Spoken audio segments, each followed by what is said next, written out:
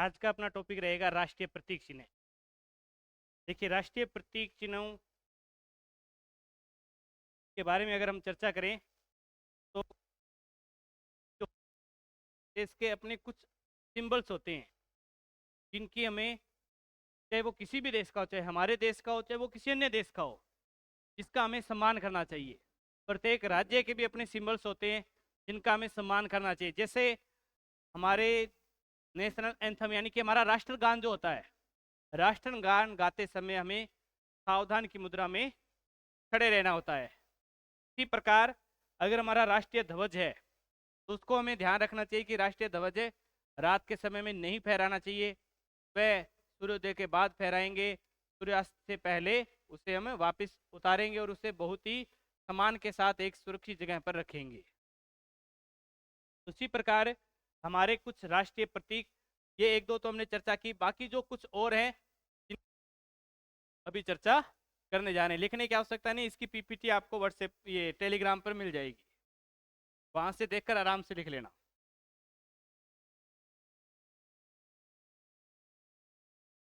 हमारा राष्ट्रीय पशु है बाघ।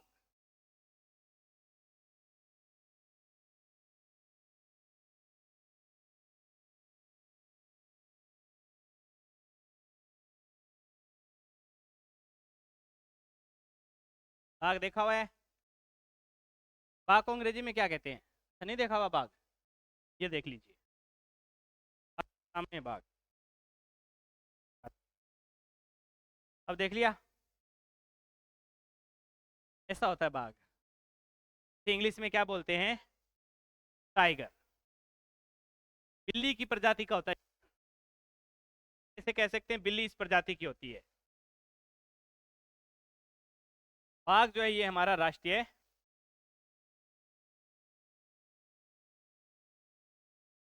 पशु है।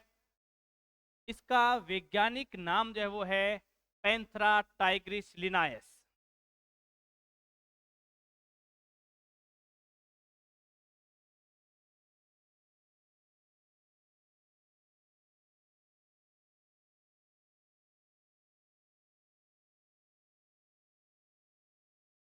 राष्ट्रीय पशु कब घोषित किया गया? तो 1973 में।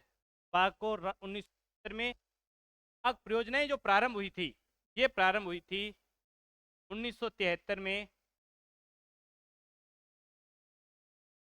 सितंबर के महीने में, 1 सितंबर से। 1 सितंबर से बाघ परियोजनाएं प्रारंभ की गई थी। पहली बाघ परियोजना जो है, अगर हम बात करें पहली बाघ परियोजना की,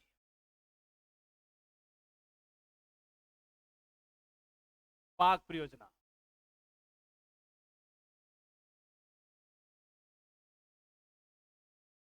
राजस्थान में पहले पहले काम जिम में हुए। ये भारत की बात करें, भारत में पहले पहले काम जिम में हुए, यानी कि Jim Corbett national park,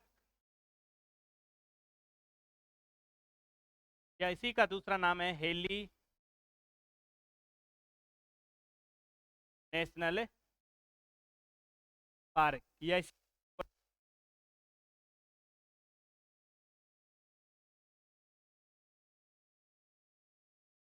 national park. बाघ परियोजना हेली नेशनल पार्क या जिम कार्बेट नेशनल पार्क या जिम कार्बेट राष्ट्रीय उद्यान बोल दीजिए, यहाँ पर प्रारंभ की गई थी। और ये पड़ता है कौन से राज्य में? कौन से राज्य में भी?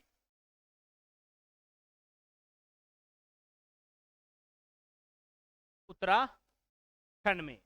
वर्तमान में भारत में कितनी बाघ परियोजनाएं चल रही है? वर्तमान में भारत में कितनी बाघ परियोजनाएं चल रही है? 53। और राजस्थान में 5। राजस्थान में कितनी है? 5 है।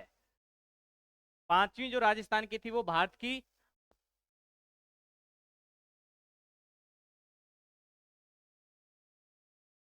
गुरु घासीदास और एक नाम याद रख लीजिए, घासीदास, छत्तीसगढ़ में। कहाँ पर है ये?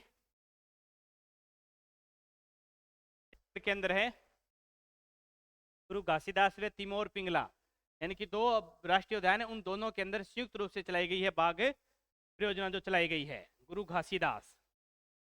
तो ये हो जाती है हमारा पहला जो पॉइंट था किससे संबंधित, राष्ट्रीय पशु। तो हमारा राष्ट्रीय पशु कौन सा हो गया, बाघ, जिसका वैज्ञानिक नाम है पैंथेरा टाइग्रिस लिनाएस। पैंथेरा टाइग्रिस लिनाएस है। 1972 में इसको राष्ट्रीय पशु का दर्जा दिया गया था, जबकि बाघ संरक्षण से संबंधित परियोजनाएं जो स्टार्ट की गई थी वो 1 सितंबर 1973 और पहली परियोजना चलाई गई थी हेली नेशनल पार्क या जिम कॉर्बेट राष्ट्रीय उद्यान, जो उत्तराखंड के अंदर स्थित है।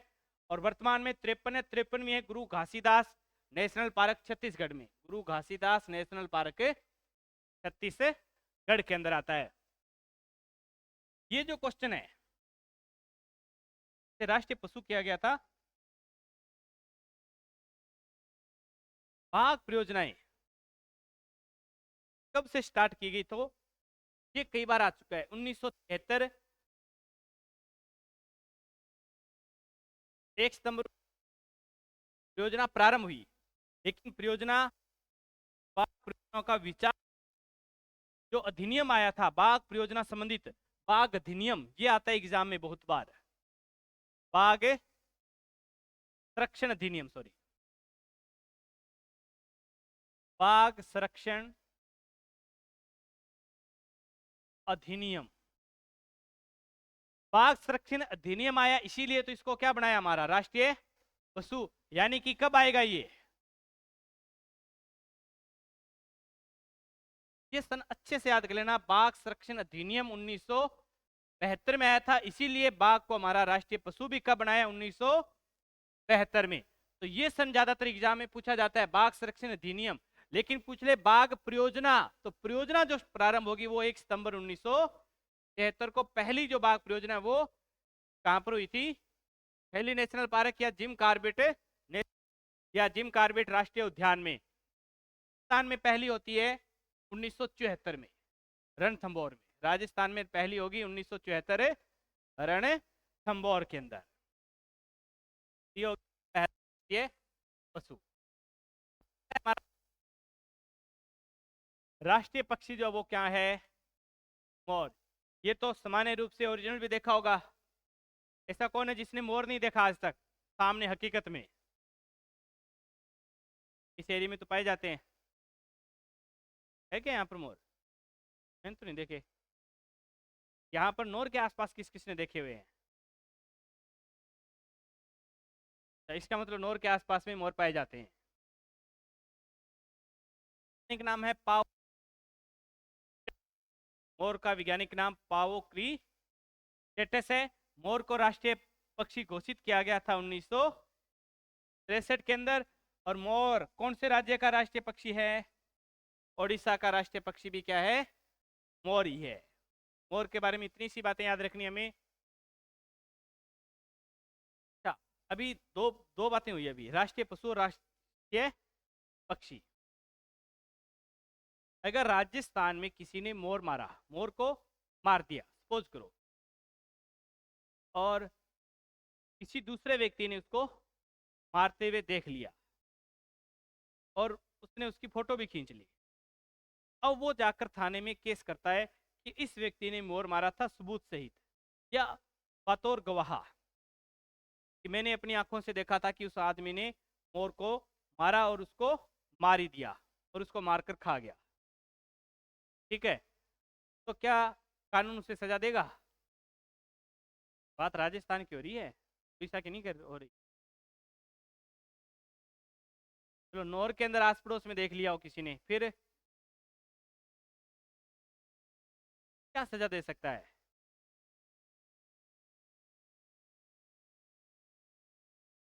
राष्ट्रीय प्रतीकों की क्या नहीं की उसने, सम्मान नहीं किया। जैसा कि एक तिरंगे का अनादर करते हुए राष्ट्रद्रोह का केस लगता है, उसी प्रकार यहाँ पर भी राष्ट्रद्रोह का केस लगेगा। बाकी इस बारे में थोड़ी सी चर्चा आप पॉलिटिकल वाले सर से और कर सकते हो, वो तो आपको और डिटेल से बता देंगे कि हम राष्ट्रीय प्रतीकों को नुकसान पहुंचाएं तो हमें क्या सजा मिलेगी। यह आप क्वेश्चन पॉलिटिकल वाले सर जो आएंगे आपके, उनसे भी आप कर सकते हो, तो वो आपको अच्छे से और बता देंगे क्या किसमें क्या क्या सजा का प्रावधान है।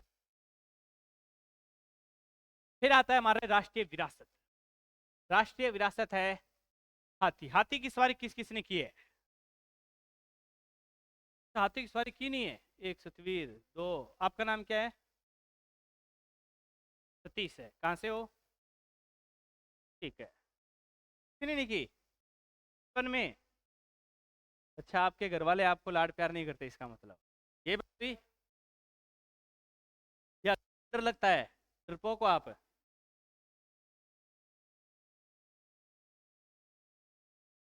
हाथी पर सवारी करके देखो, अलग ही आनंद आएगा।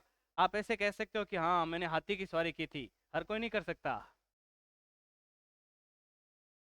हाथी कौन से परिवार से है? लॉक्सोडोंटा परिवार से। इस यानी ऑर्डर प्रोबोस्टिडिया। प्रोबोस्टिडिया इसका वैज्ञानिक नाम है। और इसको राष्ट्रीय विरासत क्या था, वो 13 अक्टूबर 2000 को हाथी को हमारी राष्ट्रीय विरासत के रूप में घोषित किया गया था। ये जलीय जीव फिल्मों में देखी होगी, हकीकत में तो मुझे लगता है नहीं देखी किसी ने। देखिए क्या हकीकत में जितने भी जीव जंतुओं में सबसे ज्यादा समझदार जो है वो कौन है? डॉल्फिन। सबसे ज्यादा वफादार भी अगर कहें तो वो कौन है? डॉल्फिन। ये इतनी समझदार और इतनी, अगर इनको ट्रेनिंग दे, देखो आप फोटो में देख सकते हो कि तीनों एक साथ जंप करती है, यानी कि इसमें कुछ टैलेंट है। अगर इनको ट्रेनिंग ना भी दी जाती है तो भी ये जंप हमेशा एक साथ में करती है। अगर हम इनको ट्रेनिंग दे दें तो ये हमें इनके, अगर हम मुंह पर हाथ रख दें तो ये पानी के ऊपर ऊपर हमें काफी दूर तक, दो अलग अलग डॉल्फिन हमें काफी दूर तक लेकर चली जाएगी और फिर बाहर लाकर ही छोड़ेगी, ये नहीं कि समुद्र के अंदर छोड़ देगी हमें। और जो इनको पालता है, इनका पालन पोषण करता है, उसके प्रति इतनी वफादार होती है। जो व्यक्ति इनका पालन पोषण कर रहा है हमेशा से, अगर उस व्यक्ति की मृत्यु हो गई, दूसरे के हाथ से खाना ही नहीं खाएगी, यानी कि ये भी अपनी कुर्बानी दे देगी। तो ये बहुत ज्यादा वफादार होती है और बहुत कम प्रशिक्षण में ये बहुत ज्यादा ट्रेन हो जाती है। इनका वैज्ञानिक नाम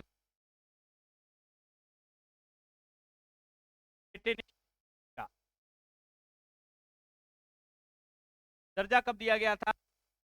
5 अक्टूबर 2009। और ये डॉल्फिन मिलती कहां पर है? तो सबसे ज्यादा डॉल्फिन मिलती है गंगा नदी के अंदर ही, इसीलिए इसका नाम है गांगे। अच्छा, सीधा डॉल्फिन मछली गांगे डॉल्फिन, गंगे टीका, इसीलिए गंगा गंगे टीका इसका नाम है, पड़ा हुआ है। फिर राष्ट्रीय श्री सर्प, देखा हुआ है? तो मैं दिखा दियो, देख लियो। किंग कोबरा हमारे यहाँ पर बहुत ही कम पाया जाता है, पहले बता दूं, यहाँ पर बहुत ही कम पाया जाता है किंग कोबरा। और कहा जाता है कि कोबरा अगर डस ले, ये दांत से डसेगा या जीभ से डसेगा? जीभ से डसता है, ध्यान रखना। दांत तो वो बात है हाथी के दांत दिखाने के और खाने के, और इसका जहर जो होती है होता है वो यहाँ पर ये थैली लगी होती है। सांप पकड़ने वाले होते हैं वो इस बिल्कुल इस जगह से, यहां से पकड़ने के बाद ये जीभ पीछे नहीं लेकर जा सकता और फिर वो इसकी जीभ निकाल देते हैं, इनकी इसको फिर ये डस नहीं सकता है, ध्यान रखना। अगर कभी सामने आ जाए, आप सोचो कि मैं यहां से पकड़ लूं या कहीं और से पकड़ लूं, तो कोबरा को पकड़ना, कोबरा नहीं, छोटा सा भी सांप है उसको पकड़ना भी आसान काम है नहीं होता। अगर पकड़ भी ले तो फिर यहां से बिल्कुल गर्दन के ऊपर से पकड़ना है, सामने से जाते जाना और पीछे से सामने वाली कोई चीज है वो हिलाते रहना, पीछे वाला इसका ध्यान फिर सामने रहेगा, फिर इसको आसानी से पकड़ सकते हैं। और मारना बहुत मुश्किल होता है, ध्यान रखना।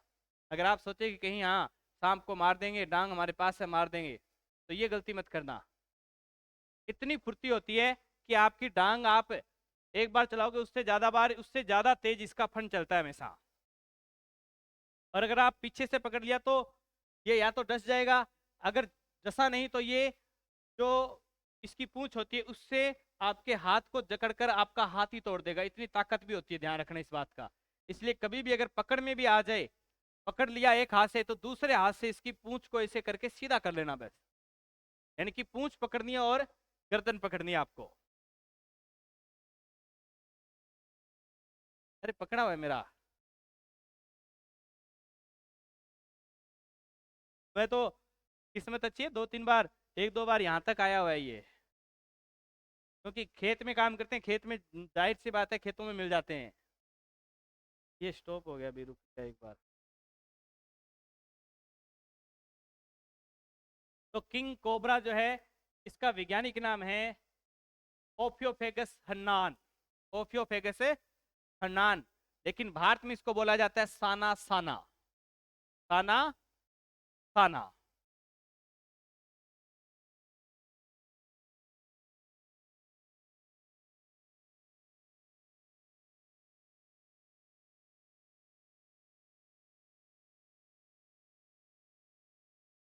राष्ट्रीय क्या है?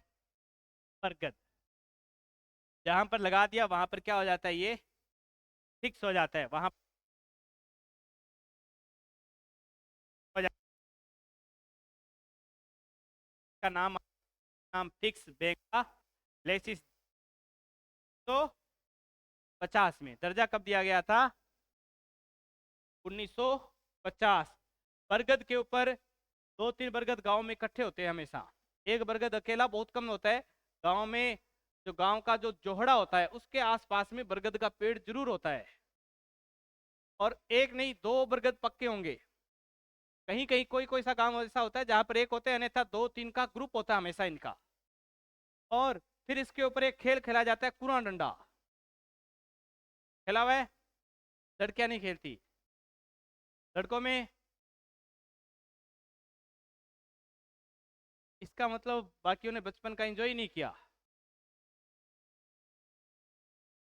देखिए, बचपन खेलने के लिए होता है, मोबाइल में बढ़ने के लिए नहीं होता। मोबाइल में घुसकर बैठ जाते हैं आज। समझ लेना, अगर उनसे तो नाम ले लोगे कल के बच्चों को, कुरां डंडा, ये क्या भला है? कोई अलग प्रकार का डंडा होता होगा, वो ऐसे सोचेंगे। तो कुरां डंडा इस पर खेले जाने वाला एक बहुत ही प्रसिद्ध खेल था प्राचीन काल का। प्राचीन काल का नहीं, आज से 10 साल पहले तक का था। देखो, एक डंडो है वो, बरगद के पेड़ के पास यहाँ पर वो डंडा रखा जाएगा और बाकी सारे बरगद के पेड़ के ऊपर चढ़ जाएंगे। और एक व्यक्ति जिसकी वो डाई होती है, वो उनको पकड़ेगा। अगर किसी ने वो डंडा उसको पास में पकड़ रख कर फिर पकड़ना होता है उनको। अगर वो डंडा ऊपर वाले जो है वो साइड से कूदकर उस डंडे को वहां से उठाएंगे और दूर फेंक देंगे। हाँ, पैर के नीचे से फेंकना होता है। पैर के नीचे से ऐसे तो फेंके तो बहुत दूर चला जाता है। और फिर वो ऊपर चढ़ा हुआ, जब तक किसी को हाथ नहीं लगा तब तक, वो अगर डंडा फेंक दिया किसी ने तो फिर नीचे उतरेगा, पहले वो डंडा लेकर आएगा, फिर उसको वहां पर रखेगा और फिर वापस पेड़ पर चढ़कर उनको पकड़ेगा। अगर किसी का हाथ लग गया, अब फिर वो नीचे जाएगा, जिसने हाथ पकड़ा था वो उस डंडे को फेंकेगा। अब जिसके हाथ लगाया था, अब वो डंडा लाकर रखेगा। और फिर ऐसे बारी चलती रहती है बार बार। ये अगर सुबह स्टार्ट हो तो शाम तक खत्म ही नहीं होता। कितनी देर खेलते रहो, चाहे खत्म होने वाला खेल ही नहीं। ऐसे नहीं लूडो की तरह थोड़ी देर में खत्म हो जाएगा, क्योंकि बारी आती रहेगी बार बार घूम फिर कर। खेलों को भी यूट्यूब पर सर्च कर लेना, बहुत मिल जाए। राष्ट्रीय पुष्प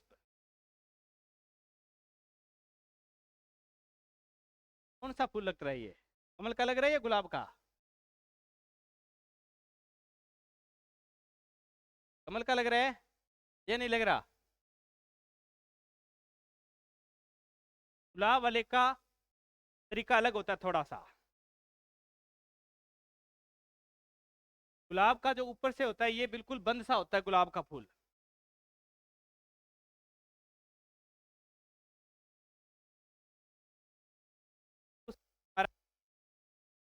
कमल। कमल को अंग्रेजी में क्या बोलते हैं?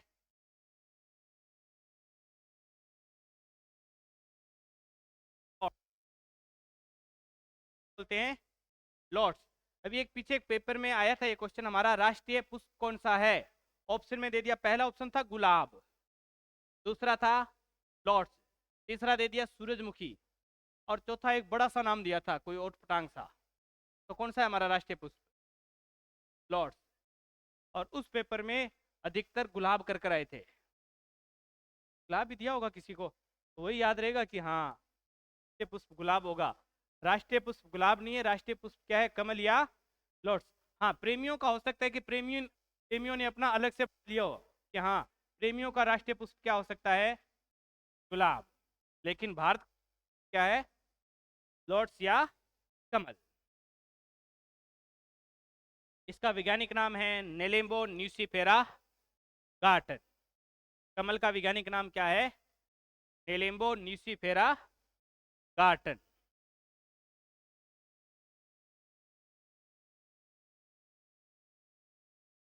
नेलेम्बो न्यूसीफेरा गार्टन। इसको दिया कब गया था दर्जा?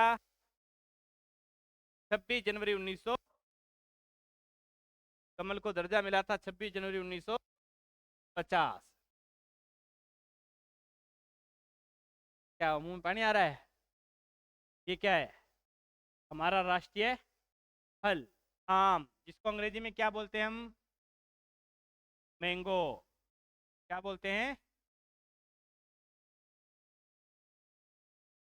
मैंगो या मैंगो? मैंगो भी हुए? आम फलों का राजा है।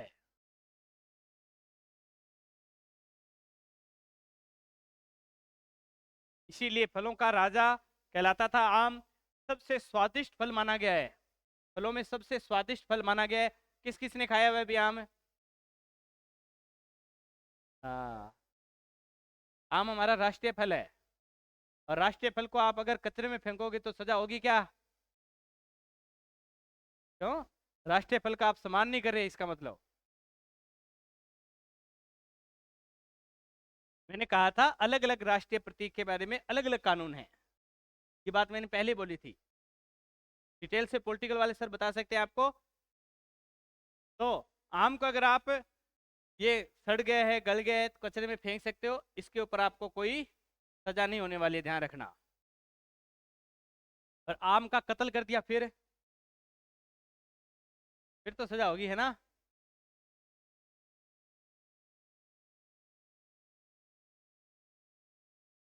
चाकू लिया, ये लो। तो आम का वैज्ञानिक नाम है मेजीफेरा इंडिका। इसको राष्ट्रीय फल का दर्जा दिया गया था 22 जुलाई को। 22 जुलाई को हमारा राष्ट्रीय ध्वज मिला था।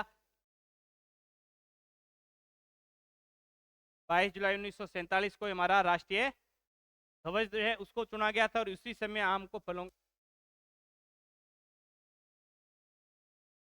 कहा जाए।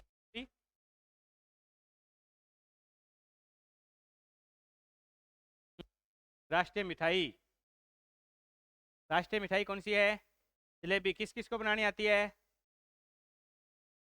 खानी तो मुझे भी पता है, सबको आती है। अच्छा, आम से मैंगो शेक बनाना किस किस को आता है? हाँ, लड़कों में किसी को नहीं आता? बन जाता है। करना क्या होता है, पानी मत डालो, दूध डाल दो, और उसमें मैंगो को छोटे छोटे पीस काट कर डाल दो। जितना बनाना 1 गिलास तो 3 चम्मच चीनी डाल दो उसमें, बस 2-3 चम्मच। इतने में अच्छे से बढ़िया वाला बन जाएगा। ऊपर से लास्ट में उसमें वो और डाल सकते हो आप, उसको स्वादिष्ट बनाने के लिए जो ये खोपरा होता है उसका बूरा जो होता है, खोपरे का बुरादा डाल सकते हो। चेरी, किशमिश, काजू, बादाम कुछ भी डाल सकते हो। अभी कल ही पी कर आया था मैं, बहुत टेस्टी बना था, इसलिए बता रहा हूँ। कल ही मैं गया हुआ था आसू सर के पास, तो उन हाँ, कल जयपुर था मैं। तो वहाँ पर वो बनाया था उन्होंने, बहुत ही टेस्टी बनाया था। हालांकि घर पर बनाते हैं वो भी बहुत अच्छे बनाते हैं, ये नहीं कि अच्छा नहीं बनाते, लेकिन उन्होंने वो कुछ एक्स्ट्रा डाल दिए। घर पर बनाते हैं तो हम नॉर्मल बनाते हैं, जब गेस्ट आता है तो हम क्या करते हैं उसमें काजू किशमिश सब कुछ डाल देते हैं, तो वो थोड़ा और टेस्टी हो जाता है। तो देखिए राष्ट्रीय मिठाई क्या है हमारी? जलेबी। अंग्रेजी में क्या बोलते हैं भी इसको? नहीं है क्या? तो बोलते हैं राउंडेड स्वीट ऐसा नाम होता है शायद, राउंड स्वीट, हाँ राउंडेड स्वीट ऐसा सा नाम आता है इसका अंग्रेजी। राष्ट्रीय मिठाई क्या है हमारी? जलेबी है। और राष्ट्रीय सब्जी, अच्छा कद्दू, ये कद्दू या पेठा है? कौन कौन कहता है पेठा है? हमने नाम रख रखा है हमारी तरफ से, वास्तव में इसको कद्दू ही बोला जाता है, ध्यान रखना। पेठा कौन सा होता है? खाने वाला।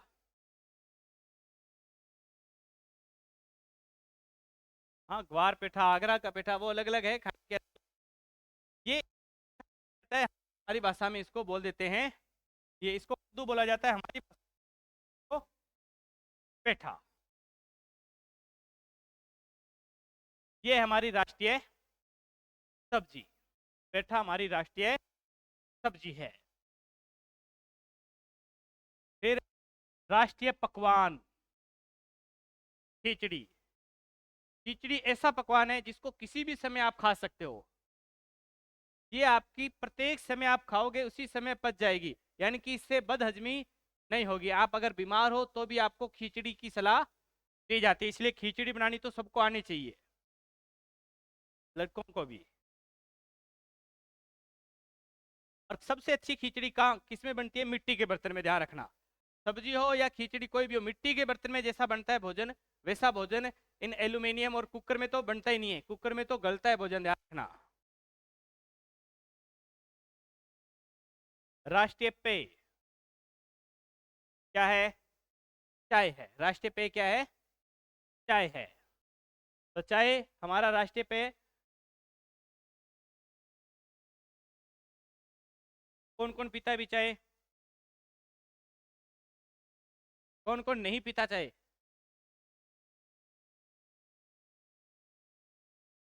चाय राष्ट्रीय पेय इसलिए हमें पीनी चाहिए या नहीं पीनी चाहिए? स्वास्थ्य के लिए लाभदायक या हानिकारक है?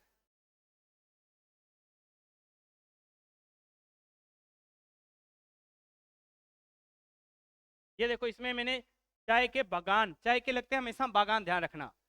चाय हमेशा पर्वतीय ढालों पर होती है, बागानों में खेती की जाती है, जैसे असम है, असम के चाय सबसे प्रसिद्ध है। असम में प्रसिद्ध चाय की बात करें तो दार्जिलिंग की, पश्चिम बंगाल में दार्जिलिंग पड़ता है, सिक्किम के जस्ट नीचे। दार्जिलिंग की चाय भारत ही नहीं पूरे विश्व में प्रसिद्ध है। और दार्जिलिंग में ये देखो चाय के पत्तियां तोड़ रही है, ये महिलाएं जो है ये चाय की पत्तियां तोड़ती है, और पत्तियां जो होती है यही होती है असली चाय तो। और इसका किया जाता है विदेशों में निर्यात। हम क्या करते हैं, जो चाय की पत्तियां होती हैं इनका विदेशों में निर्यात करते हैं, फिर जो जो रह जाता है पीछे जो बचता है वो क्या बचता है उसका? डंखल।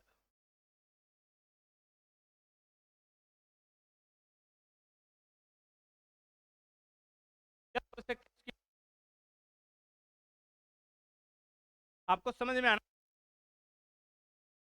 डंखल बोल दीजिए, टहनी बोल दीजिए, लकड़ी बोल दीजिए, कुछ भी बोल दीजिए, कि जैसे पत्ती टूट गई उसके बाद जो पार्ट रह गया वो होता है डंखल। और हमारे यहाँ पर क्या करते हैं, ये जो डंखल जो होता है इसको मशीन करते हैं,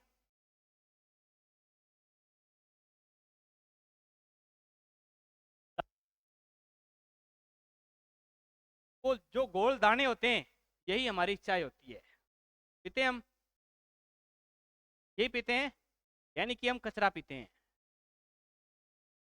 हकीकत हम लकड़ी को गोल गोल कर ही पी रहे हैं, चाय थोड़ी पी रहे हैं। वो बात अलग है कि इसमें भी नशा होता है।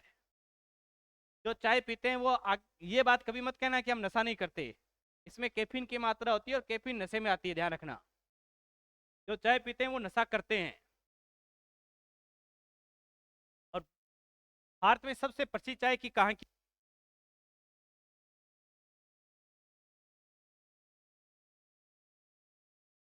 सबसे प्रसिद्ध चाय कहाँ की है? दार्जिलिंग की। दार्जिलिंग कहाँ पर पड़ता है? पश्चिम बंगाल में। पश्चिम बंगाल में है। दार्जिलिंग की चाय पूरे विश्व में प्रसिद्ध है हमारे।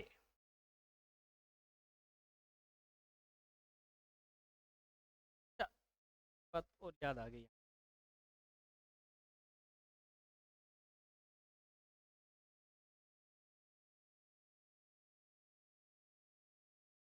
कॉफी, कॉफी जानते हो? कौन कौन पीता है कॉफी? 10 कप चाय 1 कप कॉफी, एक ही बात है। यानी कि कॉफी स्वास्थ्य के लिए क्या रहेगी? हानिकारक होने वाली है। कॉफी पूरे भारत ही नहीं पूरे विश्व में सबसे प्रसिद्ध जो है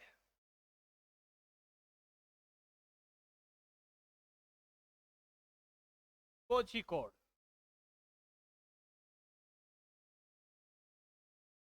कोझिकोड केरल की, ये सॉरी कॉफी कोझिकोड की नहीं है, कॉफी जो है वो है कुर्ग जिले की।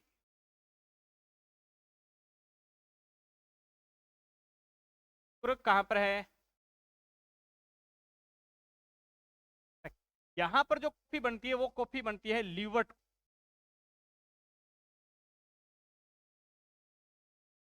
रूप है यहाँ पर, लीवर्ट।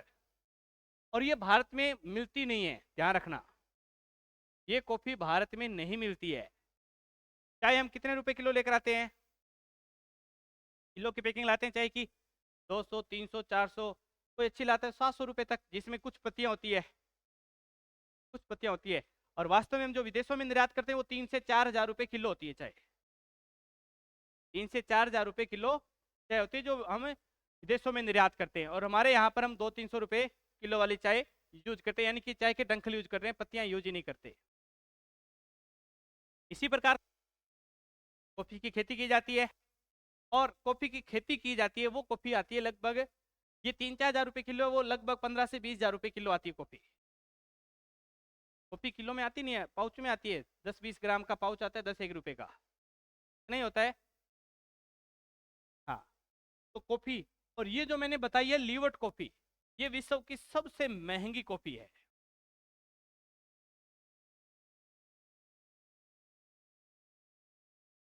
पिछले वर्ष जो इसका रेट जो डिसाइड किया गया था वो 29 हजार कुछ था, हम मान सकते हैं लगभग 30 हजार किलो, 30 हजार रुपए किलो। यानी कि 1 किलो कॉफी कितने की होगी? 30 हजार की। यानी कि 1 तोला सोना 50 60, अब तो 60 हजार का हो चुका है। पहले इतने का सोना आ जाता था 1 तोला, और इतने की क्या आती है अब? 1 किलो कॉफी। कौन सी? लीवर्ड। भारत में अवेलेबल ही नहीं है, ध्यान रखना, क्योंकि भारत वाले हमेशा सस्ती चीज की ओर भागते हैं। इसीलिए तो भारत में चाइना कामयाब हुआ। चाइनीज मार्केट क्यों कामयाब हुआ भारत में? क्योंकि चाइना सबसे सस्ता माल देता है, चले ना चले उसकी कोई गारंटी नहीं है, हमें तो चाहिए बस। हमने तो देख लिए कि हाँ, उसने वैसा पेन ले रखा था, वैसी घड़ी थी, वैसा मोबाइल था, बस वैसा चाहिए। वैसा जूता था, जैसे नाइकी का जूता आता है, या कोई भी स्केचर का वगैरह कोई भी जूता आता है, ब्रांड का जूता कितने का आता है? 5 से 10 हजार का, 2 3 हजार रुपए का। सेम उसकी कॉपी कर दी 200 300 रुपए में, देखने में लगेगा बहुत अच्छा शानदार नाइकी का जूता है, और ऐसे और बोल देंगे फर्स्ट कॉपी। फर्स्ट कॉपी नाम देकर जो 200 300 का, उसी का फर्स्ट कॉपी नाम देकर क्या बोल देंगे? 1100 1200 का, 2000 तक फर्स्ट कॉपियाँ मिलती है। लेकिन जो एक ओरिजिनल और एक कॉपी आती है उसमें दिन रात का अंतर होता है, चलने में जो क्वालिटी होती है, कंफर्ट में और क्वालिटी में, सब में ही अंतर होता है। वैसे ये जो लीवर्ट है, ये बहुत ही महंगी पीते नहीं है। दो कारण है, एक तो महंगी है, दूसरी इसकी बनाने की विधि, ये प्राकृतिक रूप से नहीं, ये कृत्रिम रूप से तैयार की जाती है, ये कृत्रिम रूप से तैयार की जाती है कॉफी। विधि नहीं बताऊंगा आपको, अन्यथा पियोगे नहीं कभी कॉफी। बस हिंट दे देता हूँ, बिल्ली से तैयार होती है। हाँ, पहले कभी बताया होगा। बिल्ली को मारते नहीं है, कहीं आप सोचो बिल्ली को मार कर तैयार करते हैं, ऐसा नहीं तैयार होती है, बस बिल्ली का योगदान रहता है। अब बात आती है हमारी राजभाषा। राजभाषा हमारी कौन सी है? हिंदी। आप में से घर पर हिंदी कौन कौन बोलता है? ठीक है। जब हमसे ये पूछा जाता है, ध्यान रखना, मैं ध्यान, दो शब्द बातें ध्यान से सुनना मेरी। जब हमें कहीं ये लिखना हो हमारी मातृभाषा क्या है, हम किसी चीज का फॉर्म भर रहे हैं और उसमें हमसे हमारी मातृभाषा पूछिए, तो हम कौन सी भाषा लिखते हैं? हिंदी लिखते हैं। घर पर बोलता तो आप में से हाथ किसी ने नहीं उठाया, फिर हिंदी क्यों लिख रहे हो आप? जब भी आगे से कभी ऑप्शन आएगा मातृभाषा का, आपकी मातृभाषा,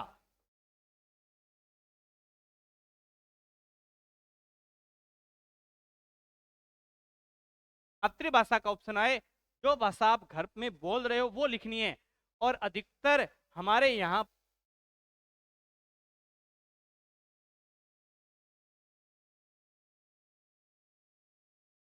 आप सोच रहे होंगे अब राजस्थानी को आज तक मान्यता तो मिली नहीं, इसमें सबसे बड़ा योगदान हमारा है।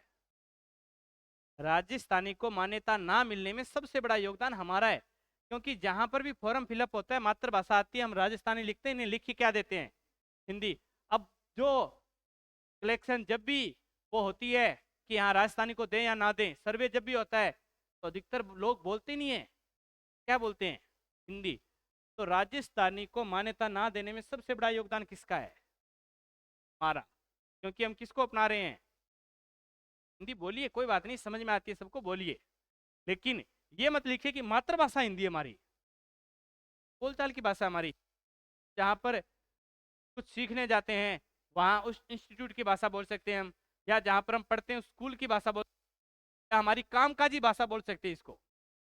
लेकिन मातृभाषा आपकी क्या जो है, जो आप घर पर बोलते हो, और राजस्थान में मोस्टली राजस्थानी बोली जाती है, इसलिए ये बात विशेष रूप से ध्यान रखें कि हमारी मातृभाषा का जब भी ऑप्शन आए तो हिंदी ना लिखकर क्या लिखो? राजस्थानी।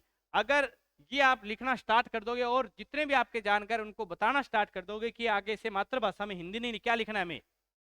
राजस्थानी। हो सकता है आने वाले 5-7 साल में मान्यता मिल जाए। तो अब आते हैं वापस हिंदी पर। राजभाषा क्या है? अच्छा, एक आती है राजभाषा, अभी तक शब्द आ रहा था राष्ट्रीय। इस पहले वाली स्लाइड बात करें अगर हम राष्ट्रीय पे, इस पे शब्द आया है, भाषा राष्ट्रीय शब्द नहीं लिखा। क्यों भाई? क्या हिंदी हमारी राष्ट्रीय भाषा नहीं है? वास्तव में हिंदी हमारी राष्ट्रीय भाषा नहीं है। हिंदी हमारी राजभाषा, राजभाषा का अर्थ होता है हमारी कामकाजी भाषा। क्या है हमारी? कामकाजी। हाँ, वर्तमान में अभी एक हमारी नई शिक्षा नीति आई है, जानते हो? शिक्षा नीति 2020, राष्ट्रीय शिक्षा नीति 2020। राष्ट्रीय शिक्षा नीति 2020 के अंदर एक बात कही गई है कि बच्चे को पहली से 5वीं तक मातृभाषा में शिक्षा दी जाएगी, जो उसकी मदर टंग है, वो जिस क्षेत्र का है। अगर राजस्थान में तो राजस्थानी में दीजिए, अगर तमिल में तो तेलुगु में दीजिए, अगर कर्नाटक में तो कन्नड़ से दीजिए, तो आंध्र में है तो वहाँ की जो भी भाषा है, उड़ीसा की है तो उड़ीसी से, मणिपुर में मणिपुरी से, जहाँ पर भी है पश्चिम से 5वीं, 5वीं तक शिक्षा किसमें होगी? मातृभाषा में। लेकिन उसके साथ साथ उसे एक राष्ट्रीय भाषा सिखाई जाएगी, ये बात भी लिखी हुई है। क्या सिखाई जाएगी? एक राष्ट्रीय भाषा। राष्ट्रीय भाषा के रूप में किसको चुना जाएगा? हिंदी को। और एक अंतरराष्ट्रीय भाषा भी सिखाई जाएगी, एक अंतरराष्ट्रीय भाषा भी उसे सिखाई जाएगी। और अंतरराष्ट्रीय भाषा के रूप में किसको चुना गया है? को इंग्लिश को। इंग्लिश और दूसरी उसके साथ फ्रेंच भी है, ध्यान रखना। लेकिन भारत में इंग्लिश ही सीखते हैं लोग, फ्रेंच तक जाते नहीं कोई, क्योंकि फ्रेंच का टीचर ही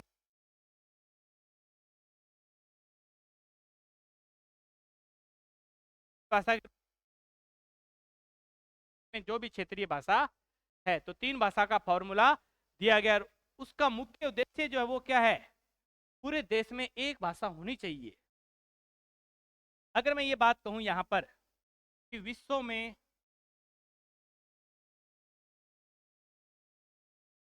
सबसे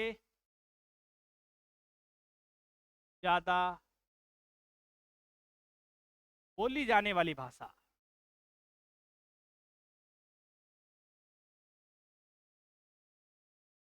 कौन सी है? तो कौन सी होगी? हिंदी है,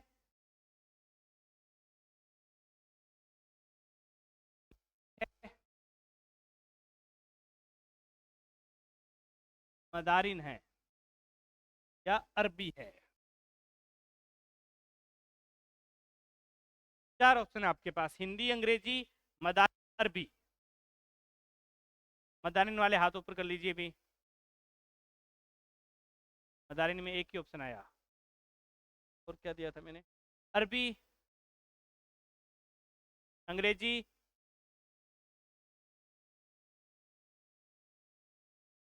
हिंदी, पता ही नहीं है।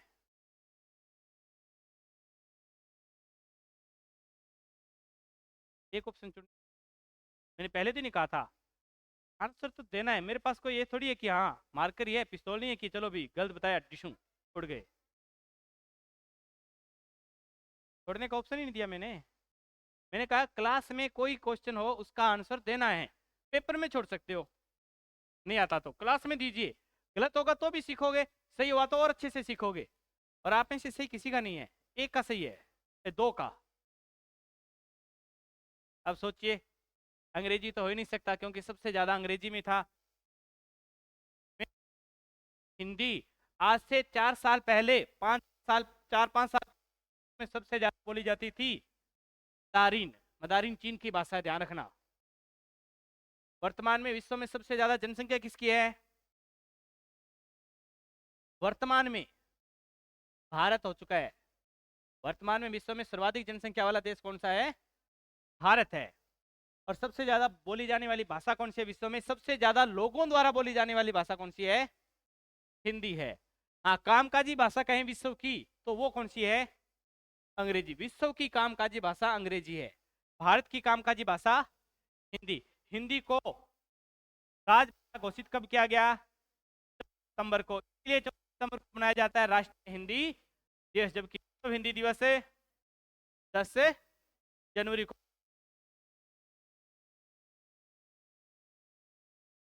वो बात बीच में रह गई थी। अभी राष्ट्रीय ये शिक्षा नीति में क्या किया है कि हिंदी को राष्ट्रीय भाषा के रूप में प्रत्येक राज्य के अंदर सभी को हिंदी आनी चाहिए। हिंदी का एक शिक्षक नियुक्त किया गया। पूरे दक्षिण भारत में हिंदी विरोधी थे, दक्षिण भारत हिंदी विरोधी था, इसने इस कानून का विरोध भी किया, लेकिन कानून को लागू कर दिया गया। वहां के बच्चों को भी हिंदी आने लग गई है, हिंदी सीखने लगे। अभी 2 साल हो गए, और आने वाले 5-7 साल में हिंदी पूरे देश में बोली जाएगी, और हिंदी को हमारी क्या कर देंगे? राष्ट्रीय भाषा। अभी तक ये राजभाषा है, लेकिन आने वाले समय में ये हमारी बनने वाली है राष्ट्रीय भाषा। और हिंदी कौन सी लिपि में लिखी जाती है, इसलिए उसी को राष्ट्रीय लिपि बना दिया हमने, देवनागरी।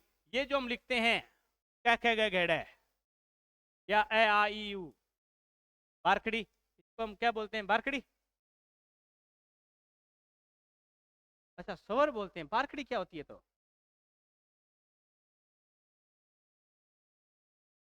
मात्रा लगा दी तो वही तो हुई बारखड़ी। बाराखड़ी। कितनी मात्रा होती है इसमें?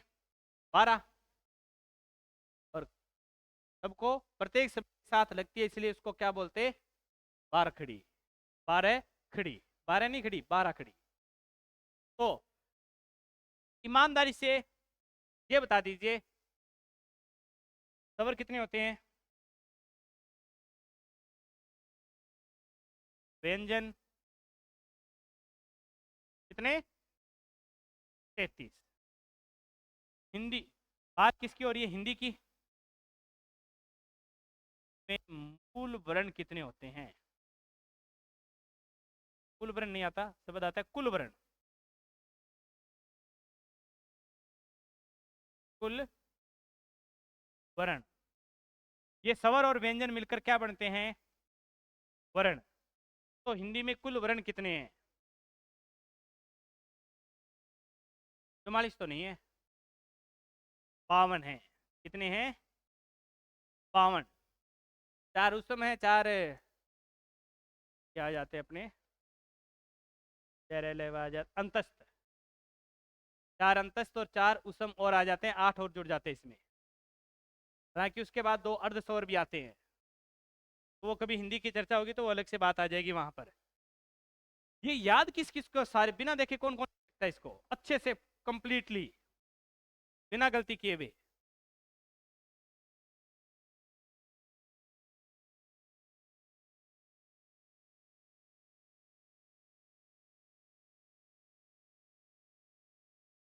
राष्ट्रीय वाक्य सत्यमेव जयते कहां से लिया गया था?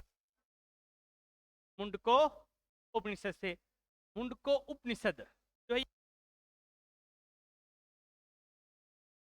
4 वेद थे हमारे।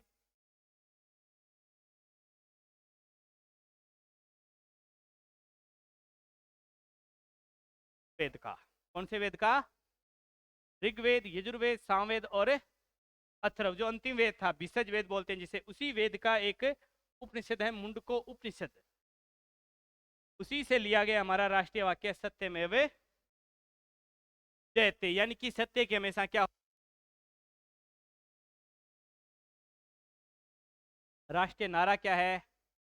शरमेव जयते। 3:15 बजे तक क्लास है मेरी।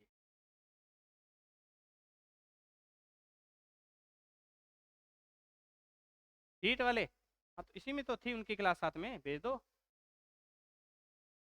कोई बात नहीं, काम आ जाएगा, भेज दो, बैठ बैठ जाएंगे।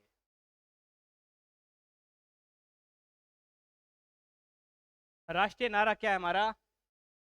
शरमेव जयते, यानी कि हमें हमेशा श्रम करना, यानी कि परिश्रम करते रहना है, ये हमारा राष्ट्रीय नारा है।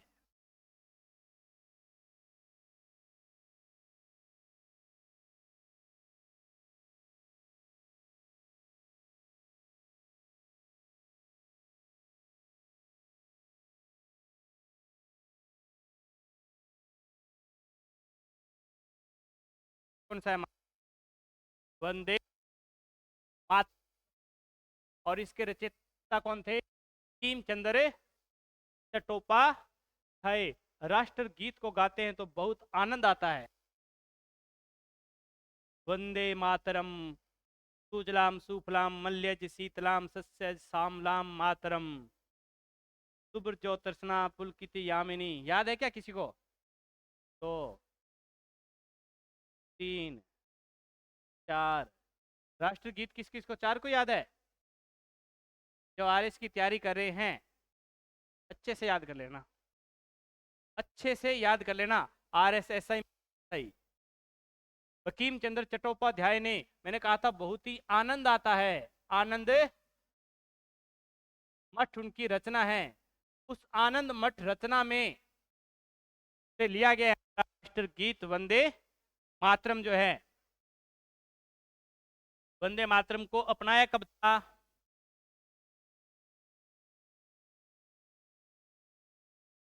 राष्ट्र 24 जनवरी को अपनाए गए हैं, यानी कि 24, 25, 26 3 दिन थे। 24 जनवरी को सारी चीजें 24 जनवरी को होगी, लगभग कोई सी 2-4 चीजें 26 जनवरी को भी होने वाली है। फिर पहली बार इनकी मृत्यु 94 में होती है। पहली बार ये कांग्रेस के अधिवेशन में गाया गया था।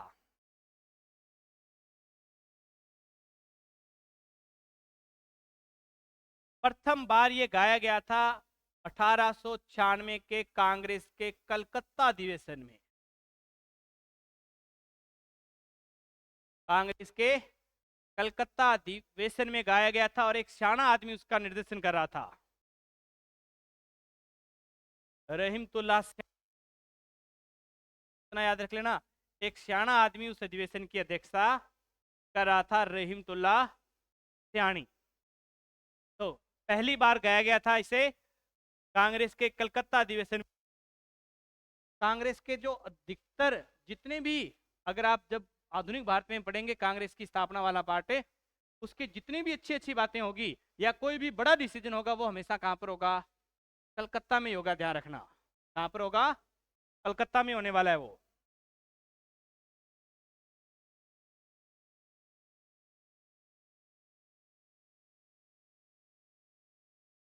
अच्छा, राष्ट्रगीत यहां पर आ ही गया था। 24 जनवरी 1950 को होती है और लिखा किसने था, वो वहां पर नाम आ ही गया था, किसने लिखा था? बंकिम चंद्र चट्टोपाध्याय। पुस्तक कौन सी थी? आनंद मठ। राष्ट्रगान कब घोषित हुआ? मैंने कहा राष्ट्रगीत और गान दोनों कब हुए थे? 24 जनवरी 1950 को हुए थे। राष्ट्रगीत के, राष्ट्रगान के रचयिता रविंद्रनाथ टैगोर, एकमात्र ऐसे व्यक्ति जिन्होंने 2 देशों का राष्ट्रगान लिखा है। 2 देशों का राष्ट्रगान लिखने वाले व्यक्ति कौन है? रविंद्रनाथ टैगोर। दूसरा देश कौन सा है? बांग्लादेश का राष्ट्रगीत है अनार सोनार बांग्ला, वो भी किसके द्वारा लिखा गया है? रविंद्रनाथ टैगोर। और राष्ट्रगान की रचना कौन सी पुस्तक में की थी उन्होंने? गीतांजलि। और इसी गीतांजलि में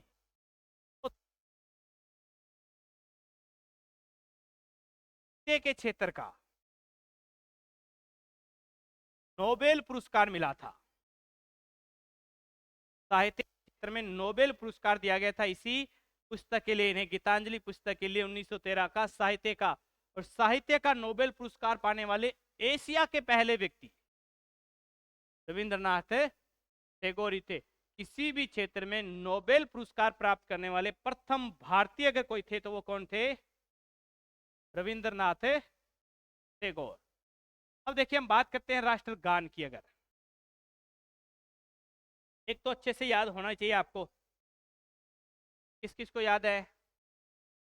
राष्ट्रगान ज्यादा याद है, ठीक है, लगभग सबको याद है, होना चाहिए। पेपर में क्वेश्चन क्या आएगा? हमारे राष्ट्रगान में भारत के कौन से क्षेत्र का उल्लेख किया गया नहीं हो? भारत भाग्य विधाता, जनगण मन शब्द बोल रहे हैं, पंजाब यानी कि कौन चला गया? पंजाब हरियाणा वाला। कुछ स्थान चला गया पाकिस्तान में। सिंध, जो अधिकतर स्थान कहाँ चला गया? पाकिस्तान में चला गया। कुछ थार का मरुस्थलीय सिंध का ही हिस्सा था। गुजरात, मराठा यानी महाराष्ट्र वाला क्षेत्र, गुजरात महाराष्ट्र का क्षेत्र यानी कि दक्षिण भारत, जो द्रविड़ बोलते थे, तमिलनाडु कर्नाटक केरल वाला। उत्कल, उत्कल यानी कि ओडिशा वाला क्षेत्र, ओडिशा वाला जो क्षेत्र है कलिंग ओडिशा वाला, उसको क्या बोलते हैं? उत्कल। बंग यानी कि बंगाल, वर्तमान वाला बंगाल नहीं, बांग्लादेश भी साथ में था उस समय जब इन्होंने लिखा था, उस समय बांग्लादेश भी साथ में था।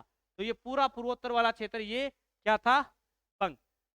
आगे पूरा क्षेत्र किसका चर्चा नहीं, जम्मू कश्मीर की नहीं हुई थी। देखो, विंध्या हिमाचल यमुना गंगा। विंध्या पर्वत यानी कि मध्य भारत, हिमाचल यानी कि हिमाचल वाला क्षेत्र, यमुना और गंगा वाला क्षेत्र, उच्छल यानी कि ये जो पठारी प्रदेश है, उछला हुआ प्रदेश है, उठा हुआ। लाधी यानी कि जितना भी जल आदि जो रह गया वो सारा क्षेत्र, उसको बोलते हुए फिर आगे वाली सारी गाथा गाई है कि उसके आगे आशीष मांगेंगे, शुभ उसकी जय गाथा गाएंगे और उसका हो हमारा भाग्य विधाता है, और उसी के लिए हम हमेशा जय जय जय जय बोलेंगे। तो ये पूरे देश को एक रखने वाला जो गान था, इसीलिए इसी को क्या बनाया था? राष्ट्र गान बनाया था। संसद का स्तर जब भी प्रारंभ होगा, ध्यान रखना, किससे होगा? राष्ट्रगान से। जब समाप्त होगा, राष्ट्रगीत से।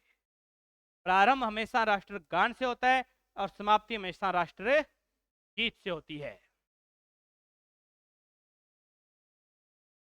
राष्ट्र ध्वज गीत ये तो हम गाते ही हैं, बचपन में गाया होगा स्कूल में कि भारत ये हिंद देश का प्यारा झंडा, ऊंचा सदा रहेगा हमारा झंडा।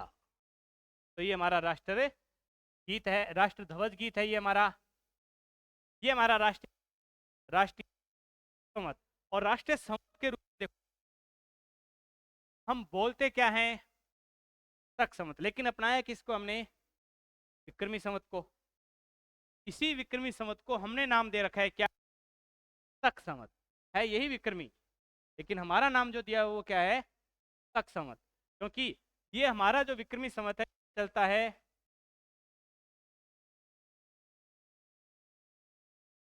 ईसा पूर्व से, सावन ईसा पूर्व से चलता है हमारा विक्रमी संवत जो चलता है वो।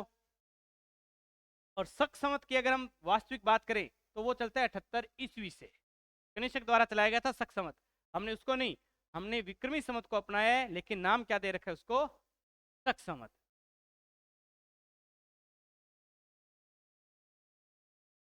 ये जो विक्रमी संवत है ये है, जो ये यहाँ पर विक्रमी संवत है सावन ईसा पूर्व में, वो चला था एक चंद्रमा की गतियों के आधार पर। जो शक संवत था वो सूर्य की गति के आधार पर था। जो ईसवी सन है वो भी सूर्य की गति के आधार पर है।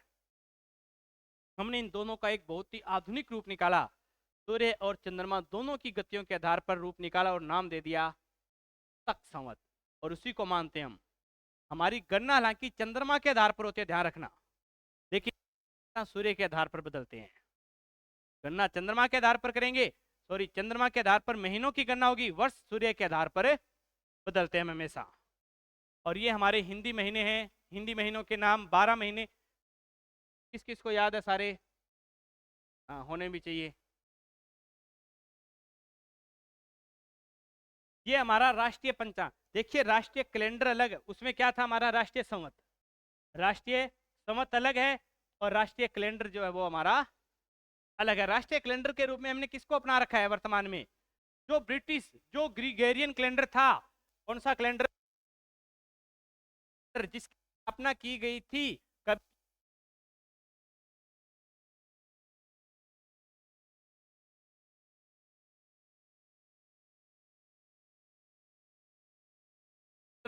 में पोप ग्रीगोरी ने ग्रीगोरियन कैलेंडर की स्थापना की थी, और ये 2023 का, वर्तमान में 2023 ही चल रहा है, जुलाई का महीना चल रहा है, और तारीख आ चुके हैं हम कहां पर? यहाँ पर। तो ये आज 11 जुलाई 2023 की हम ये बात करें तो ये वर्तमान का हमारा कैलेंडर हो गया। राष्ट्रीय पंचांग पूछे तो ग्रीगोरियन कैलेंडर, और राष्ट्रीय संवत पूछे तो शक संवत, दोनों अलग अलग बातें हैं। और राष्ट्रीय मुद्रा,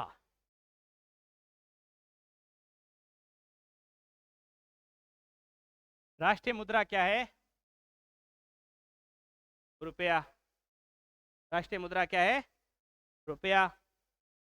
10, 10, 20, 50, अच्छा 20 का लगाया नहीं क्या मैंने? रह गया तो 10 का, 50 का, 100 का, 200, 500 और 2000 तो बंद कर दिया वापिस। कब तक? 30 सितंबर तक। आपको याद क्या रखना है वो देखो, आपको ये बातें याद रखनी है कि एक का नोट जो होता है, चाहे वो नोट हो चाहे सिक्का हो, हमेशा जारी करेगा वित्त सचिव के हस्ताक्षर से जारी होता है। बाकी जितने भी होंगे वो हमेशा किसके द्वारा जारी किए जाएंगे? आरबीआई के गवर्नर के द्वारा, यानी कि उसको जारी करेगा आरबीआई। उनको जारी कौन करेगा? आरबीआई। अब इनके ऊपर किस किस चीज की फोटो बनी हुई देखो। 2 रुपए के नोट पर आर्यभट्ट उपग्रह, हमारा पहला अंतरिक्ष में छोड़ा पहला उपग्रह कौन सा था? आर्यभट्ट था। 5 रुपए के नोट पर ट्रैक्टर से हल जोतता हुआ किसान है। 10 रुपए के नोट पर कोणार्क का सूर्य मंदिर है। 20 रुपए के नोट पर एलोरा की गुफाएं हैं। 50 पर कर्नाटक का हम्पी स्मारक है। 100 पर रानी की बावड़ी, रानी की बावड़ी है, रानी की बावड़ी गुजरात में। 200 पर सांची का स्तूप है। 500 पर दिल्ली का लाल किला व स्वच्छ भारत मिशन का लोगो है। और 2000 के नोट पर क्या था? मंगलयान था, लेकिन 2000 का नोट वर्तमान में बंद कर दिया वापिस से। क्यों किया? किसी ने दिमाग लगाया? और मुझे एक चीज और लग रही है, 500 का नोट और बंद होगा। आपको लग रहा है? किसी को ये लग रहा है? तारीख दी है।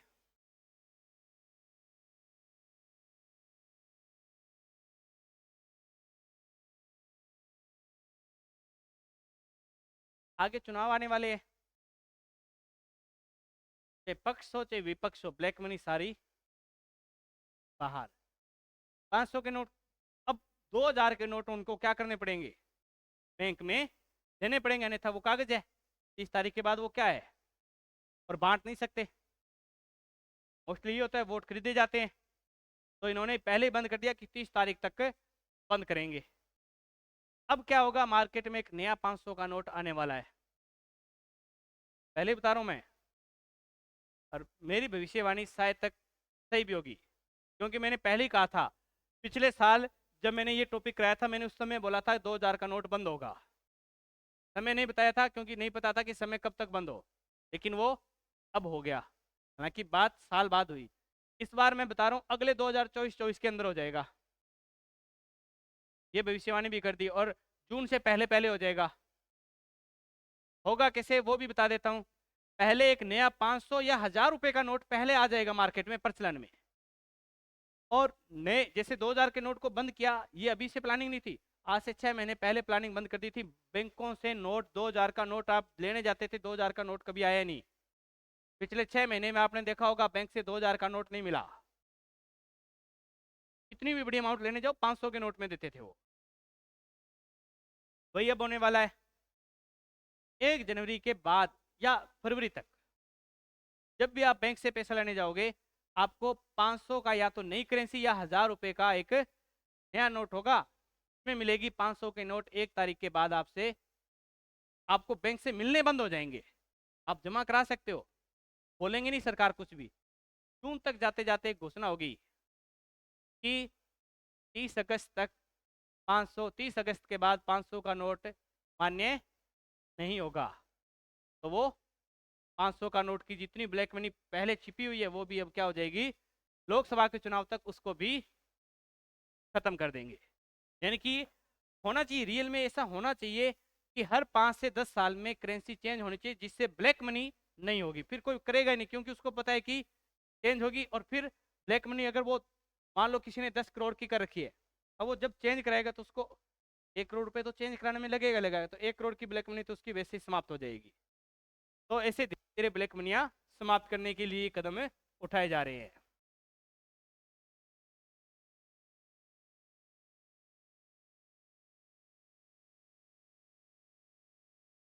राष्ट्रीय ग्रंथ श्रीमद् भगवत गीता।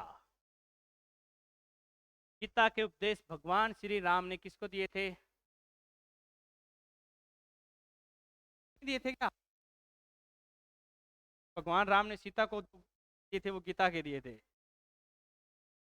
भगवान श्री कृष्ण ने किसको, अर्जुन को जो उपदेश दिए थे वो किस कौन से क्या उपदेश कहलाए। और इसमें एक सबसे बड़ी, जब आपका मन अशांत हो या किसी और प्रकार का विचार आ रहा हो, हमेशा गीता के पास। इसमें कुल 18 अध्याय है। कितने अध्याय हैं, 18 अध्याय हैं। इसे बोला गया 18 पर्व, ये पर्व नहीं अध्याय बोला गया इसमें। पर्व महाभारत, महाभारत का एक रूप है ये। महाभारत में 18 पर्व है, उसमें से छठा पर्व भीष्म पर्व है, उसका एक रूप है ये गीता जो है वो, यानी कि महाभारत का ही एक रूप है गीता जो है। अच्छा, इस गीता को लिखा किसने था, कि कोई ऋषि मुनि का नाम आता है शायद तक। वाल्मीकि ने क्या लिखा था, अच्छा वाल्मीकि ने रामायण लिखी थी। वेद व्यास ने, ये किसका पार्ट है, महाभारत का ही। यहां पर केवल एक ही चीज की शिक्षा दी गई है, देखो मुक्ति के 3 मार्ग होते हैं, जन्म मरण के चक्कर से छुटकारा पाने के 3 मार्ग है। तीनों मार्ग आपको बता रहा हूं, वो आपकी इच्छा आप कौन सा अपना हो। एक आ गया जो किसमें बताया गया है, गीता में, निष्काम कर्म। कर्म अकेला नहीं, निष्काम कि किसी भी फल की इच्छा रखे बगैर ना। जैसे मैं आपको पढ़ा रहा हूं, मेरी कोई इच्छा है क्या, अच्छा है क्या, मेरी इच्छा है कि आप नौकरी लगो, यही है क्या, ये भी है कि मैं आपसे धन प्राप्त करूं? देखो, बाप पेट के लिए कुछ ना कुछ तो करना ही पड़ेगा। जो किसी निष्काम कर्म, यानी कि किसी फल की इच्छा नहीं हो, कोई भी इच्छा नहीं हो, जो फ्री में सेवाएं दे रहे हैं। और हकीकत है आज के जमाने में फ्री में कोई पढ़ना भी नहीं चाहता। अगर मैं ये कह दूं कि मैं निःशुल्क पढ़ाऊंगा आपको, गारंटी के साथ कहता हूं, मैं पढ़ाऊंगा अच्छे से, आप यहाँ पर अच्छे से पढ़कर जाओगे, घर पर जाकर पढ़ोगे नहीं, क्योंकि आपने फीस ही नहीं दी है। अगर आपसे वही फीस मैं 5,000 लेता, तो आप घर पर जाकर किताबें खोल कर देखोगे। वही मैं 10,000 लेता, थोड़ी सी और मेहनत होगी। वहीं अगर आपने 50,000 रुपये दोगे, गारंटी के साथ कहता हूं, जो यहाँ पर कराया है वो तो पढ़ोगे पढ़ोगे, साथ में 4 किताबें और पढ़ कर आओगे। क्योंकि अब आपके जेब से धन लगा है, और जब कुछ दोगे तो फिर ग्रहण करने की इच्छा शक्ति भी ज्यादा होती है। इसलिए बहुत बार कहते हैं कि अभी 4-5 दिन पहले की बात है, बुढ़ाने जी और मैं बैठे थे, बुढ़ाने सर कह रहे थे कि मेरा एक स्टूडेंट था, पोलिटिकल साइंस कराते हैं वो, 15,000 फीस थी।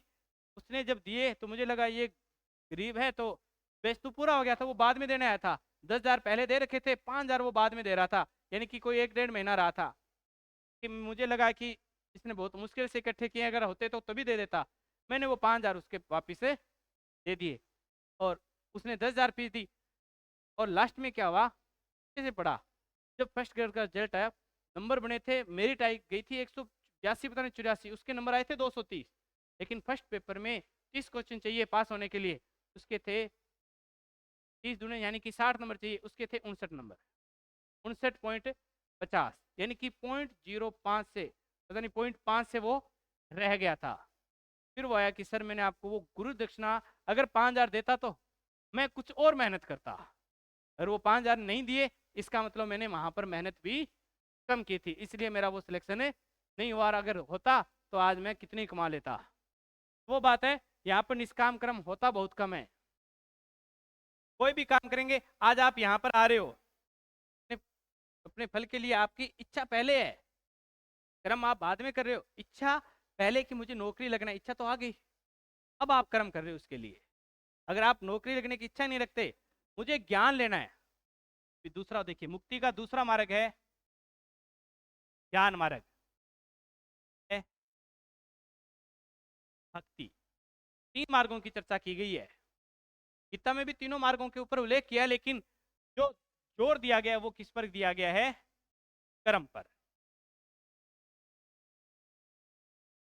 कभी ज्ञान कर्म की, आपका भक्ति आंदोलन एक टॉपिक आएगा मध्यकाल में, इंडियन हिस्ट्री में आता है, कोशिश करूंगा वो मैं कराऊंगा आपको, आवश्यकता नहीं है। आरएस वाले जो हैं उनका नीति शास्त्र का पाठ कराऊंगा मैं, और वहां पर आपको इस लगेगा ये तो कहना चाहिए इसको। राष्ट्रीय मंत्र क्या है हमारा, ओम। अच्छा, ओम को राष्ट्रीय मंत्र क्यों बनाया, कोई कारण होगा? अच्छा, एक चीज आप सिंपल सी बताइए, आप में से ध्यान कौन कौन लगाता है, मेडिटेशन कौन कौन करता है, या किसी ने आज तक किया हुआ हो? हुआ था कितने टाइम, 2-3 महीने, कितने कितने टाइम, समय रोजाना कितने समय? भाई नहीं, चांस ही नहीं है आपने ध्यान लगाया हो। ध्यान लगाने के लिए कम से कम आपको आधा घंटा या 1 घंटा तो बैठना पड़ेगा। 1 महीने या 2 महीने तक आप लगातार बैठोगे, उसके बाद स्टार्ट होगा ध्यान लगना। अब ध्यान लगाने रीजन बताता हूं क्यों। आपने जितने भी आपने जीवन में जितने भी कर्म किए, चाहे वो अच्छे हो चाहे बुरे हो, जब आप ध्यान लगाने बैठोगे तो वो आपके दिमाग में आएगी। अगर आपने कर्म कम किए तो आपका ध्यान लगना जल्दी स्टार्ट हो जाएगा। ये चांस ही नहीं है कि आपको पूरी लाइफ दिखे ना, आपका पूरा आईना आपके सामने दिखेगा कि आपने अपने लाइफ में क्या क्या काम किए, चाहे वो अच्छे हो चाहे वो बुरे। जब वो सारी रील घूम जाएगी, खत्म हो जाएगी, तब आप ध्यान लगा सकते हो। और ध्यान लगाने के लिए आपको कोई भी कंडीशन में बैठ सकते हो। सबसे उत्तम मानेगी पद्म पलाथी, जानते हो कौन कौन नहीं लगा सकता, लगती नहीं है कईयों से। लगा सकते हो सभी पद्म पलाथी, बिना हाथ, बिना हाथों, को टच किए हुए पद्म पलाथी कौन कौन नहीं लगा सकता, कौन कौन लगा सकता है? हाथ से पकड़कर तो ऐसे सारे रख लेंगे, वो तो जबरदस्ती है। पद्म पलाथी लगाकर बिल्कुल सीधी मुद्रा में इस प्रकार बैठ जाएंगे अगर, और फिर एक शब्द का उच्चारण करना है, जरूरी नहीं ओम है, पहले बता रहा हूं। किसी भी एक शब्द का उच्चारण कीजिए, वो शब्द आप कहीं से भी ढूंढ सकते हो। अगर आप राम का नाम ले रहे हो, राम का नाम ले सकते हो। अगर आप किसी से प्रेम करते हो, अपने प्रेमी का नाम भी ले सकते हो। हाँ, बस शब्द एक होना चाहिए, ये नहीं कि आज वो शब्द दूसरे दिन शब्द ही चेंज कर दिया आपने, फिर उस शब्द की ओर ध्यान जाएगा आपका। अगर आप ओम शब्द का उच्चारण करते हो तो ओम शब्द में वैज्ञानिकों ने भी ये माना है कि ओम शब्द का अगर हम लंबी ध्वनि से ओम शब्द का उच्चारण करते हैं तो हमारे शरीर का पूरा नाड़ी तंत्र है उसमें कंपन होता है और वो ध्यान लगाने में सबसे सहायक रहता है। इसलिए ओम शब्द को हमारा राष्ट्रीय मंत्र ही बना दिया। अगर आप कभी ध्यान लगाने बैठो तो एक तो ऐसा समय डिसाइड करना है जिस समय बाहर का शोरगुल ना हो, यानी कि रात के 2-2:30 बजे सबसे अच्छा समय वही होता है ध्यान करने का। राष्ट्रीय खेल हॉकी है। हॉकी में एक टीम में कितने खिलाड़ी होते हैं? 11 खिलाड़ी होते हैं, 7 होते हैं।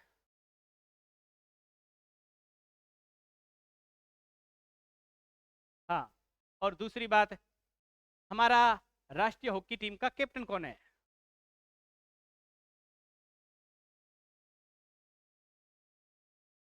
चलिए छोड़िए, क्रिकेट टीम का कैप्टन कौन है? कौन है? अच्छा, रोहित शर्मा। आज से साल एक पहले कौन था? उससे 2-3 साल पहले, उससे 2-4 साल पहले, उससे पहले 2003 वाले वर्ल्ड कप के समय क्रिकेट के सारे 3-4, और हमारा राष्ट्रीय खेल हॉकी है। जब भी इंटरव्यू होगा क्रिकेट का नहीं पूछा जाएगा, पहले बता रहा हूँ, हॉकी का पूछा जाएगा। तो मनप्रीत सिंह, भारतीय राष्ट्रीय हॉकी टीम के कैप्टन मनप्रीत सिंह, और भारत का सबसे अच्छा अभी वो सुनील छेत्री। सुनील छेत्री का नाम किस कौन से खेल से जुड़ा हुआ है? फुटबॉल से है। सुनील छेत्री को जानते बहुत कम है, जबकि उसके गोलों की संख्या रोनाल्डो मेसी के बराबर। राष्ट्रीय नदी हमारी गंगा है। भारत की सबसे पवित्र नदी का नाम आए तो भी कौन सी है? पवित्र पूछे तो भी कौन सी है? गंगा है। हमारा राष्ट्रीय स्मारक लाल किला। 10 मिनट और लगेंगे। 3-4 क्लास राणे जी की। अच्छा, ठीक है, वो मेरे दिमाग से निकल गया था। आए नहीं सर क्या? जब तक सर नहीं आए तब तक सर रही क्लास फिर। हाँ, राष्ट्रीय स्मारक लाल किला है। देखा हुआ किसी का? ये रहा सामने। अभी तो देखा है, फिर भी झूठ बोल रहे हो। राष्ट्रीय पोशाक जोधपुरी कोट पैंट है। ये तो अपने विवाह शादियों के अंदर ज्यादातर पहनी जाती है। राष्ट्रीय पुरस्कार भारत रत्न है। ये पता किस चीज का है?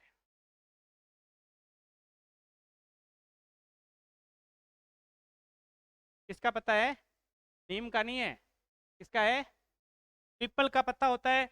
एक तरफ तो क्या बना होता है ये? अशोक चक्कर, यानी कि एक चक्कर बना होगा। दूसरी तरफ क्या होगा? अशोक स्तंभ, यानी कि हमारा राष्ट्रीय प्रतीक चिन्ह जो है वो बना रहता है इसके ऊपर दूसरी तरफ है, और उसके नीचे लिखा रहता है, और एक तरफ क्या लिखा रहता है? भारत। इसको गले में पहनाते हैं वो कि भारत रत्न। कभी एक दिन पूरी राष्ट्रीय पुरस्कारों की क्लास रहेगी हमारी, तो वहां पर हम इस डिटेल से चर्चा करने। राष्ट्रीय प्रतीक चिन्ह है अशोक के सारनाथ स्तंभ का सिंह है, यानी कि ये सारनाथ स्तंभ है, ऊपर ऊपर वाला जिसमें 4 सिंह एक दूसरे को पीठ सटाकर बैठे हैं, वो हमने हमारे राष्ट्रीय प्रतीक के रूप में अपनाया है। जल्दी जल्दी, कौन सा है? तिरंगा। तिरंगा 22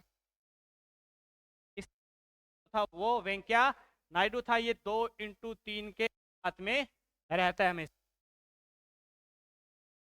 राष्ट्रीय पर्व है 3, 15 अगस्त, 26 जनवरी और 2 अक्टूबर, यानी स्वतंत्रता दिवस, गणतंत्र दिवस और गांधी जयंती। ये हमारे 3 राष्ट्रीय पर्व है। राष्ट्रीय वाद्य यंत्र वीणा। वीणा में कितने तार होते हैं? 27। राष्ट्रीय पत्र श्वेत पत्र, ये विवेक राय की एक पुस्तक है श्वेत पत्र। राष्ट्रीयता हमारी भारतीय है, हम भारतीय हैं, भारत में रहते हैं। और हमारी राष्ट्रीय राजधानी नई दिल्ली।